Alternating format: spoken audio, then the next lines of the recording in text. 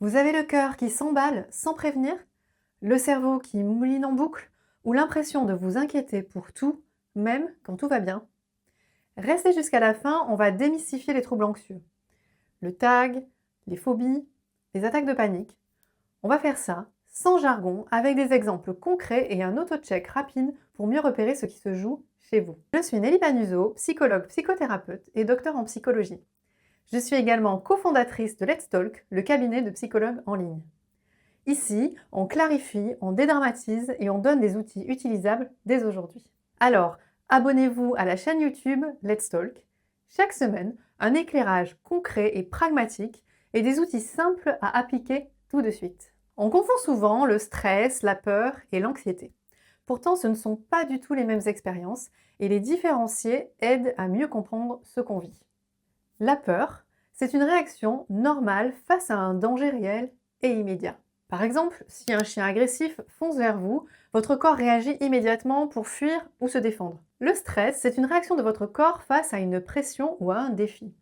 Par exemple, lors d'un examen, un entretien, un match important, votre cœur va battre plus vite, votre cerveau va se concentrer, c'est souvent utile et ça vous prépare.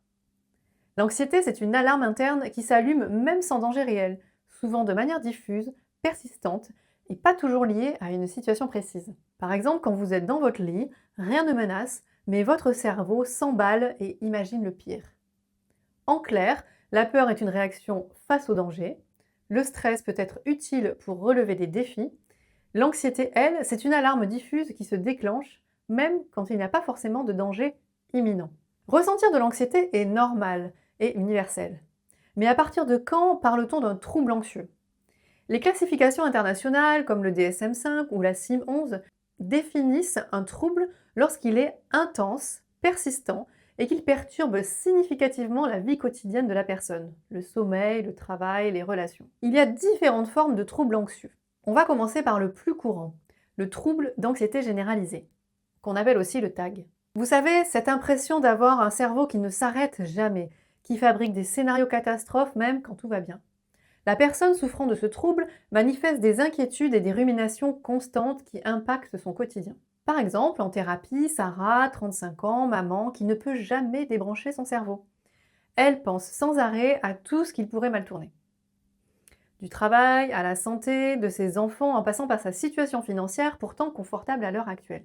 Si on analyse cette situation, Sarah sait que ce n'est pas vraiment dangereux pour elle ou pour sa famille quand elle y réfléchit, ou plutôt que ce n'est pas forcément le plus probable. Mais rien qu'à l'idée d'y être confrontée, son corps se bloque. Les pensées tournent en boucle, et plutôt des pensées catastrophistes qui anticipent le pire. En consultation, ce qui aide beaucoup mes patients, c'est de comprendre que les pensées catastrophistes ne sont pas le problème en soi.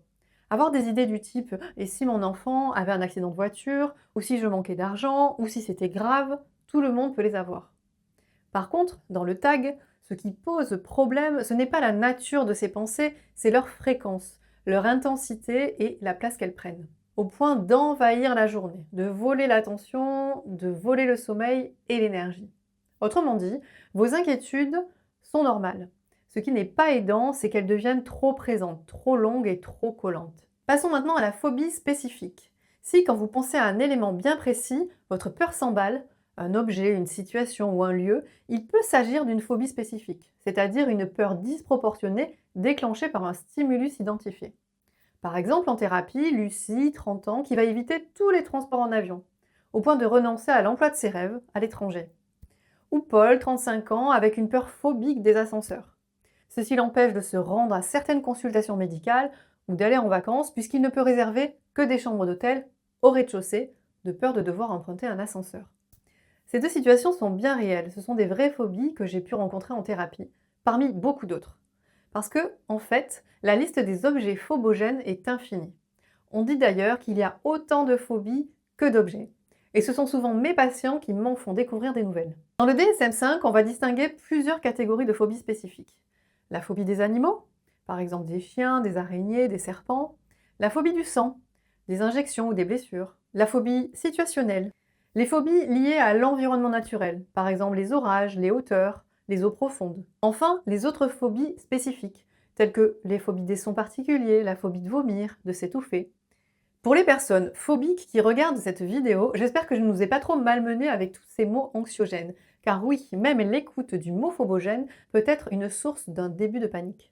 Pour résumer, la phobie, c'est une peur disproportionnée qui s'installe face à un déclencheur précis, même quand on sait rationnellement que le danger est faible ou inexistant. Dans ce cas, l'alarme interne n'est pas défectueuse, elle est normalement protectrice.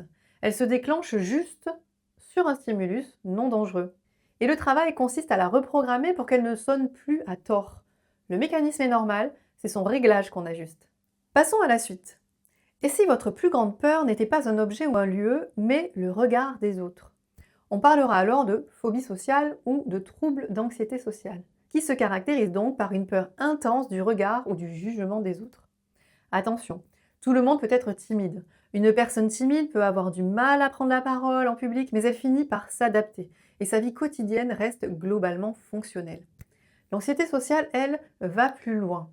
C'est une peur intense et persistante d'être jugé, humilié ou rejeté. Cette peur pousse la personne à éviter les situations sociales ou à les vivre avec une souffrance énorme. Pour bien faire la différence, un timide va être gêné avant de prendre la parole, mais il le fait quand même, même si son intervention lui sera peu agréable et ne sera pas aussi fluide qu'il pourrait espérer.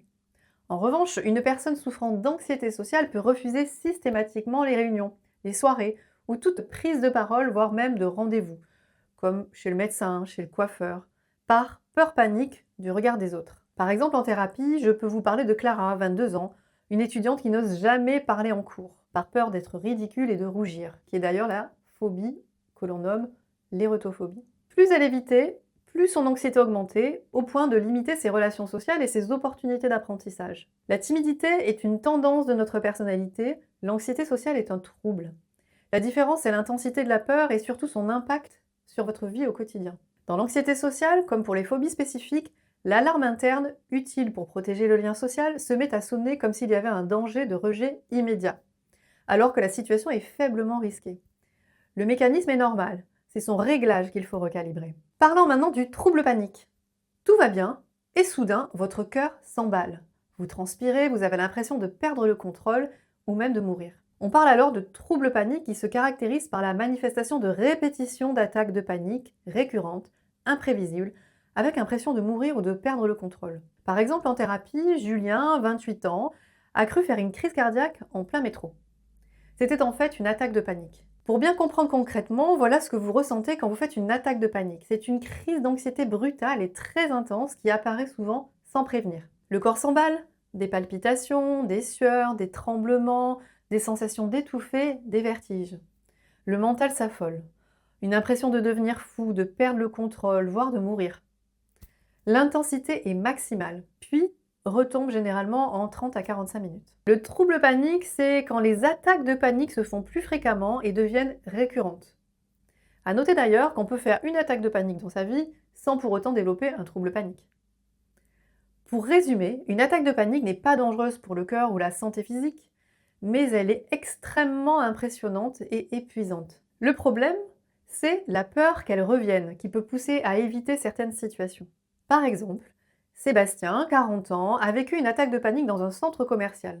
Maintenant, il n'ose plus se rendre dans son supermarché, et dans tous les supermarchés d'ailleurs, de peur de se sentir piégé à l'intérieur, alors qu'une attaque de panique pourrait survenir. Dans ce cas, les attaques de panique peuvent être associées à de l'agoraphobie, parce que la personne finit par éviter certains lieux ou certaines situations de peur d'y revivre une nouvelle crise et de ne pas pouvoir s'échapper ou de ne pas pouvoir être secouru. Ici, pour Sébastien, le problème n'est pas réellement le centre commercial. Il n'en a pas peur en soi. Il a plutôt peur de ce qui pourrait arriver si une attaque de panique arrivait pendant qu'il y était. On parlera d'agoraphobie, qui est donc la peur des lieux d'où il serait difficile de s'échapper. Les transports en commun, les foules. D'autres troubles anxieux sont développés dans les classifications internationales, mais nous avons globalement fait le tour des plus courants. Et pourquoi l'anxiété s'installe? L'anxiété est multifactorielle, c'est-à-dire qu'elle résulte de plusieurs influences qui se combinent. Par exemple, on peut observer des facteurs biologiques et génétiques. Certaines personnes naissent avec une prédisposition à l'anxiété. Cette vulnérabilité peut rester souvent silencieuse, mais elle peut s'activer dans certaines conditions de vie. Il y a aussi des facteurs psychologiques, des traits comme le perfectionnisme, la peur de l'échec ou le besoin de contrôle, qui vont rendre plus vulnérables à l'anxiété. Il y a aussi les facteurs éducatifs et familiaux. Grandir par exemple dans un environnement où l'on valorise énormément la performance, où l'on dramatise les dangers, où l'on transmet beaucoup d'inquiétudes peut renforcer cette sensibilité. Enfin, les facteurs environnementaux et les événements de vie. Une surcharge de travail, un isolement, une séparation, un traumatisme sont des déclencheurs possibles qui viennent activer cette vulnérabilité. C'est ce qu'on appelle en psychologie le modèle vulnérabilité-stress. Vous pouvez avoir une base génétique ou psychologique fragile, mais c'est souvent un événement ou un contexte qui va allumer la mèche. Et surtout, le cercle vicieux de l'évitement qui va entretenir le problème. Plus vous évitez ce qui vous angoisse, plus votre cerveau apprend que cette situation est dangereuse et plus votre anxiété grandit. Alors le message clé à retenir, c'est que l'anxiété n'est pas un défaut de caractère, c'est un mécanisme de survie qui s'emballe et se dérègle, et la bonne nouvelle, c'est que cela se travaille. Voici un petit exercice d'auto-check de votre anxiété. Posez-vous ces 3 questions. Est-ce que je m'inquiète en permanence au point d'en souffrir? Et pour plein de sujets différents. Le travail, la santé, la famille, l'argent, même quand tout va bien. Si oui, ça ressemble davantage à un trouble d'anxiété généralisée. Est-ce que ma peur est déclenchée par un objet ou une situation bien précise? L'avion, l'araignée, le sang, les ascenseurs. Au point que je fais tout pour l'éviter, jusqu'à me limiter et m'handicaper dans mon quotidien. Si oui, ça correspond plus à une phobie spécifique. Est-ce que je vis parfois des crises soudaines et brutales, avec le cœur qui s'emballe, des sueurs, des vertiges, une impression de mourir ou de perdre le contrôle? J'en arrive d'ailleurs même à éviter certaines situations ou lieux de peur que l'attaque de panique arrive. Si oui, cela évoque plutôt un trouble panique avec ou sans agoraphobie. Enfin, est-ce que ma peur est liée au regard ou au jugement des autres, au point que j'évite des soirées, des réunions ou même de parler en public, ce qui va beaucoup me limiter dans mon quotidien? Si oui, ça correspond davantage à de l'anxiété sociale ou phobie sociale. Attention, cet exercice est juste un petit repère rapide, mais il ne remplace pas une évaluation effectuée par un professionnel. Si vous vous reconnaissez dans un de ces profils et que ça impacte votre quotidien, c'est un signe peut-être qu'il faut en parler à un psychologue, voire à un psychiatre. Les troubles anxieux ne sont pas une fatalité. Avec une prise en charge structurée, des outils ciblés et un accompagnement régulier, on peut réduire les symptômes, retrouver des marges de manœuvre et prévenir les rechutes. Abonnez-vous à la chaîne Let's Talk. Chaque semaine, un éclairage concret et pragmatique, ainsi que des outils simples, directement applicables. Prêt à passer à l'action? Prenez un rendez-vous de bilan avec un psychologue Let's Talk. On évalue votre situation, on définit des objectifs, on met en place un protocole et on mesure les progrès, séance après séance. À bientôt chez Let's Talk!